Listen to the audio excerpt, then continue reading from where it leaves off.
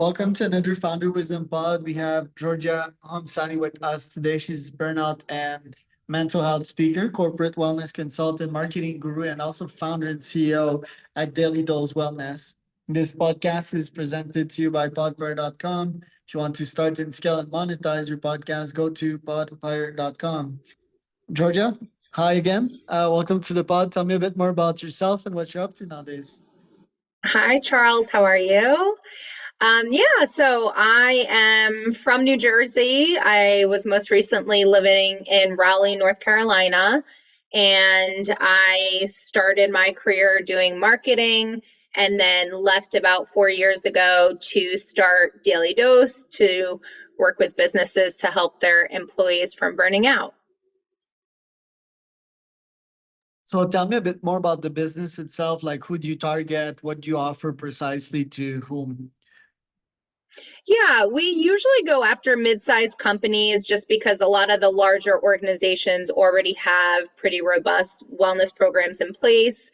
But we try to target that middle, anywhere from 100 to 1,000 employees, someone that is maybe in need of a wellness program, but they don't know where to get started, or perhaps they have something in place, but they're looking to supplement what they're doing and they could be struggling with things like employee retention, goodwill, productivity, mental health issues in the workplace. A lot of people are just struggling with the amount of work and stress that's going on in the workplace that it's really causing a lot of mental health problems with people. So we try to target those companies to really provide resources so that their staff doesn't reach that point of burnout. And your story, like, why did you branched out of corporate? What happened?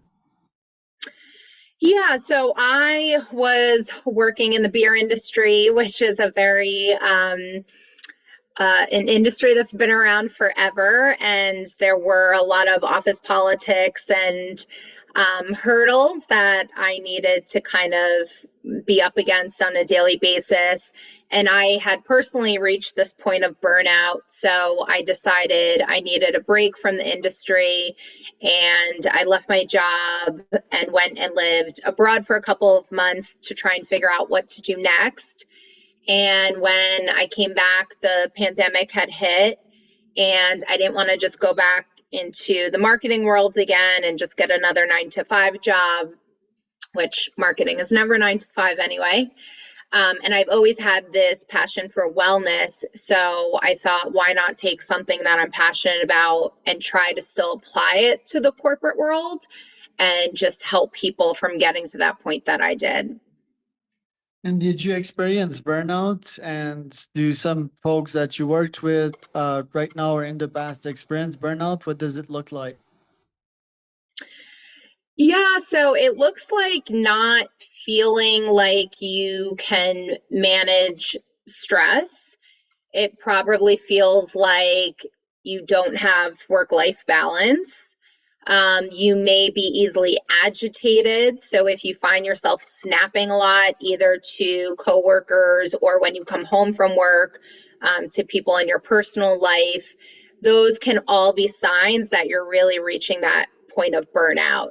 Because I always tell people everyone's going to have bad days and that's normal. But once you start to get to the point where every day feels bad, then something else is going on where it's becoming more of a chronic problem that's going to lead to that state of burnout.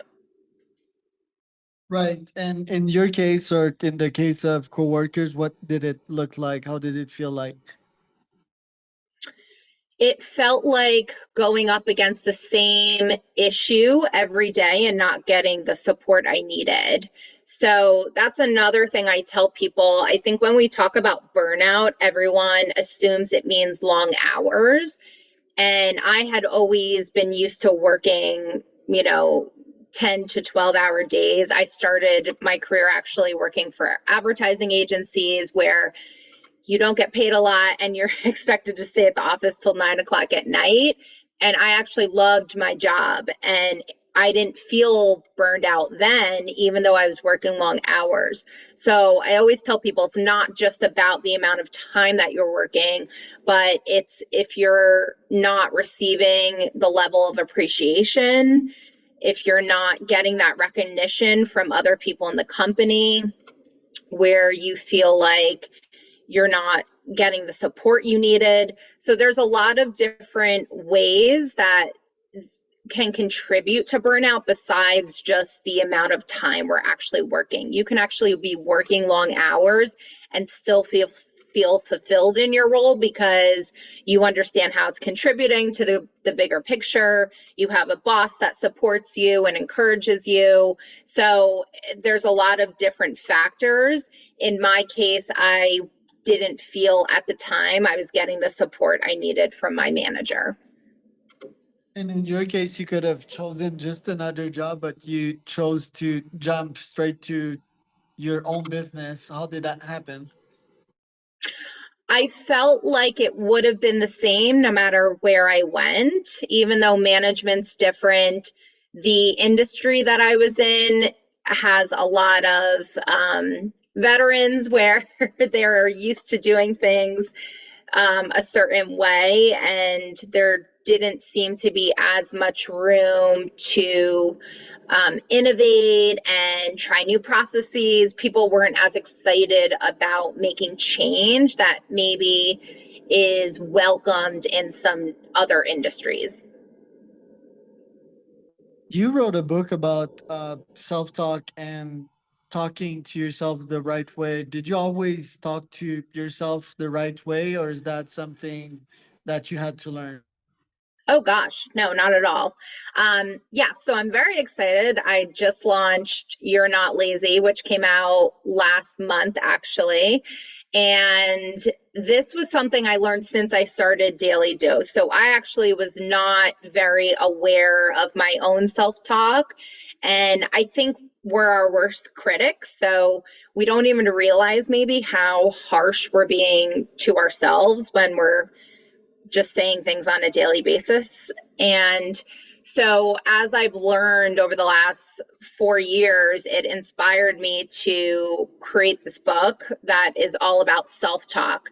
And I will say that since I've learned the impact that our words can have on our self esteem and our confidence, I have been more mindful about how I talk to myself. But I will say, Charles, it's definitely something that is a constant process of having to remind yourself over time. It's very difficult to make change. So you don't just snap your fingers one day and only talk positive about yourself. But there are certain things I would never say to myself now that maybe I would back then. What was your typical self talk or examples of internal self sabotage that you engaged in, and what did you replace it with? Yeah, good question. So I think the title of the book is You're Not Lazy. And so that's a good one I'll start with because I used to do this, and I think a lot of us do this, and this is why I picked this as the title for the book. But if you ever have a day where you just don't feel like going to the gym and you're just sitting there and you're like, oh, I'm so lazy, I should really go to the gym today. So that's an easy one that, I mean, I don't know how many times I said that, but I talk about this in the book. You may think, oh, so what's the big deal? I called myself lazy once, but the amount of times we probably said that to ourselves, like, oh, I'm so lazy, I didn't go to the gym today, or oh, I didn't fold the laundry, I'm so lazy. And that compiled over the years, I mean, we've probably said that 1,000 times at least to ourselves. So if someone told you to your face, Charles, you're lazy 1,000 times, you'd start to probably feel like a piece of crap, right? You'd feel like a lazy person, and that's not going to make you feel good. So that's definitely one example. I would say another thing would be just putting yourself down for whatever it is. So I was a perfectionist at work, my old job. And so I would doubt myself a lot. So let's say I gave a presentation, I would say, I should have done better with that. And now what I'll say is, I did the best I can, and I'm really proud of the effort I put in. So it's not necessarily saying, oh, I did a perfect job on this, but even if you think there was room for improvement, switching the focus to be on what went well and what you are proud of yourself for doing versus focusing on where you think you fell short.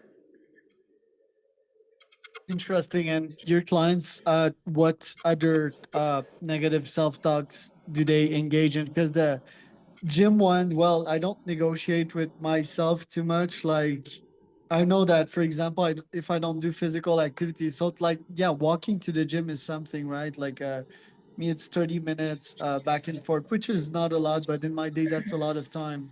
It's time that I used to, socialize with my wife and so forth. So it's not fully lost, but when I feel that I don't have these 30 minutes to walk to the gym, I just do a home workout here with Apple Fitness, and that usually gets through the moods. Because if I don't do that, I'm not gonna sleep well.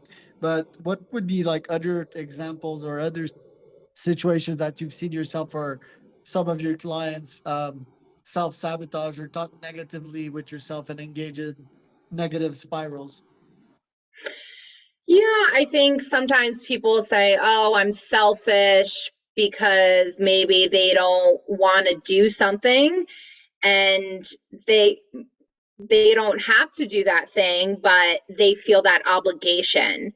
So because they're feeling like they want time to themselves, that, society or maybe their family makes them feel selfish because of it. So, oh, I don't want to go to this activity. So I'm feeling selfish because I should really go to that. So I think we put a lot of pressure on ourselves to do a lot of social activities that really should just be optional. We should go if they bring us joy and it's something we want to do, not because we feel obligated to go to another birthday party or bridal shower of something that we really are. If it's a day we're feeling like we really just need a day to ourselves or some time to decompress. So that would be another one. I just think people say really terrible things like, I'm pathetic, I'm fat, anything like that. That's just really putting yourself down. Um, you know, it's like I said, you may not even realize that you do it because sometimes I'll call people out and I'll say, "No, you're not. Don't say that." And they're like, "Well, no, I don't mean it, but you're still saying it." And so the more that we speak out loud, our brains actually start to pick it up and believe it. Right. And is this negative self-talk obvious on the surface, or do these people mostly come as reactive and angry? Because I usually don't cross paths with humans that, like right in front of you would tell themselves negative things because there's ego, right? And they need to maintain some face. So are these people gonna straight up like look low confidence to you, or are they gonna come up as angry and defensive? I think it can be anyone, really. I think you can even have a super successful professional out there, but they might have an insecurity about something. So, I had a coworker who was a great presenter and he came off very confident, but then he would always refer to himself as the fat guy. And it would just make me cringe because I think that was his insecurity and the way that, he would just try and say that before someone else of different ways. I've definitely seen it in, just someone that seems happy most of the time, but they could still slip up and say something. I mean, we all do this. So no one's sitting there talking themselves up 100% of the time, even the people that come off as super confident or cocky. There's definitely moments where they'll say, "Oh, I don't know how to do that," or "I'm not good at that," or it'll come out eventually. Yeah, I think this equilibrium of like showing one face on one side and then internally constantly berating yourself, that must be creating even more noise and a lot of internal explosions, which will resurface after some time. I think this society nowadays, people keep a lot to themselves, especially in the corporate world, and that can be greatly toxic. And then we wonder why we have all these self-sabotaging behaviors like eating shitty food and eventually getting really sick right in this society. Well, I think that's mostly the reason why is that we're bottled up pieces of mess. I'm not sure the percentage of people that engage in that type of negative self-talk. I'm guessing it's like most, or at what degree, right? um what about entrepreneurs and founders? Do you feel that they have their shit together? Have you explored founder mental health as a subject and as potential clients for your business? I think entrepreneurs struggle a lot when it comes to imposter syndrome. I know that was something that I struggled with personally when I started the business, because you think, can I do this? Am I really qualified? If you don't have the specific background of what you're getting into, there's a lot of imposter syndrome that comes up. There's also perfectionism issues that a lot of entrepreneurs struggle with. So I definitely think that we are a big category for self sabotage, and really need to be mindful of being our biggest supporters. And things aren't going to be perfect. And the more that we can just understand that and just put one foot forward and keep moving and learning and growing and just moving in that forward direction, that's all that we can do. And like, be mindful of all the outside noise. So I always tell people, or I talk about this in the book, check your inputs and what you are allowing to come into your universe that's going to affect you and how you feel about yourself on a daily basis. And what are your top goals as an entrepreneur this year? Well, I'd love to get the book out there more, and just so that people have the awareness of this topic. So I will be focusing on that. And I'm also working on a workshop to bring to companies to help their employees in this regard, and how our words can start to affect our productivity.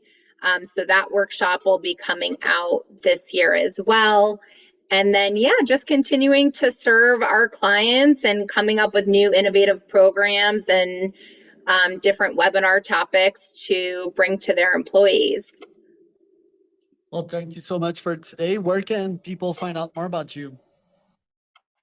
Yeah, so if you are interested in the book, you can find that at georgiahomsany.com. So Georgia, just like the state, last name HOMSANY.com. And I am also on Instagram. You can find me through my name, Georgia Homsany.